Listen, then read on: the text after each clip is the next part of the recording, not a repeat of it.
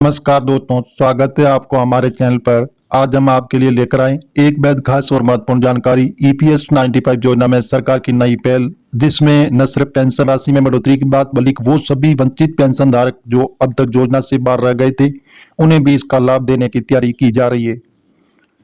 तो जी हाँ दोस्तों, ये खबर उन 78 लाख से ज्यादा पेंशनों के लिए राहत बनकर आई जो सालों से 1000 रुपये की न्यूनतम पेंशन पर गुजारा कर रहे थे।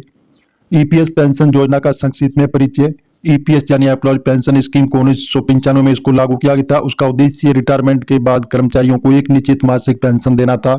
इस योजना का लाभ उन कर्मचारियों को मिलता है जो ईपीएफओ से जुड़े होते हैं, जिनकी बेसिक सैलरी 15,000 से उससे कम होती है, जिन्होंने न्यूनतम 10 साल नौकरी की है। क्या बदला अब ईपीएस पेंशन में नई बढ़ोतरी?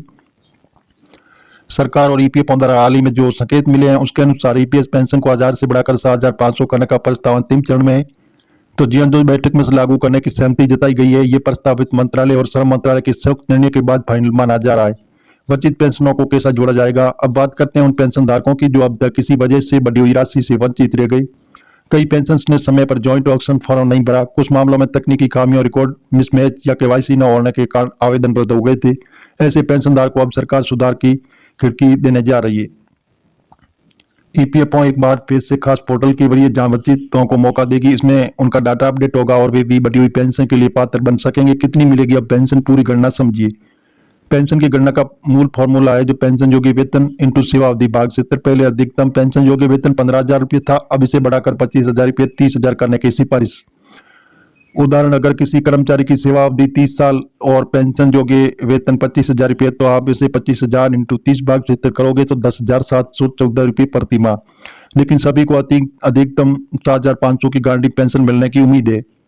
न्यूनतम गारंटी पेंशन 7,500, अधिकतम संभावित पेंशन सेवा और शैली के अनुसार 9,000 से 12,000 तक। वरिष्ठ पेंशनों को मुफ्त मेडिकल योजना का सौगात। ईपीएस पेंशन में सिर्फ रकम नहीं बढ़ रही, एक और अच्छी खबर है। ईपीएस पेंशनों को जोड़ने की योजना ईएसआईसी जैसी मेडिकल योजनाओं से इनका लाभ, मुफ्त जांच और दवा, सरकारी सूची बनने निजी अस्पतालों में इलाज, वरिष्ठ नागरिकों के लिए हेल्थ कार्ड सुविधा। कहता है कि सुप्रीम कोर्ट का आदेश अपने फैसले में कहा गया था कि जो कर्मचारी ईपीएस में योगदान देना चाहते हैं उन्हें अवसर मिलना चाहिए। इस फैसले के बाद ईपीएफओ ने वैकल्पिक योगदान और संशोधित विकल्प फॉर्म शुरू किया। अब इसी जैसे परिणति, पेंशन वृद्धि और वंचितों को जोड़े जाने की प्रक्रिया। आगे क्या है कि 2025 में पेंशनों के लिए सब बदलाव हो सकता है।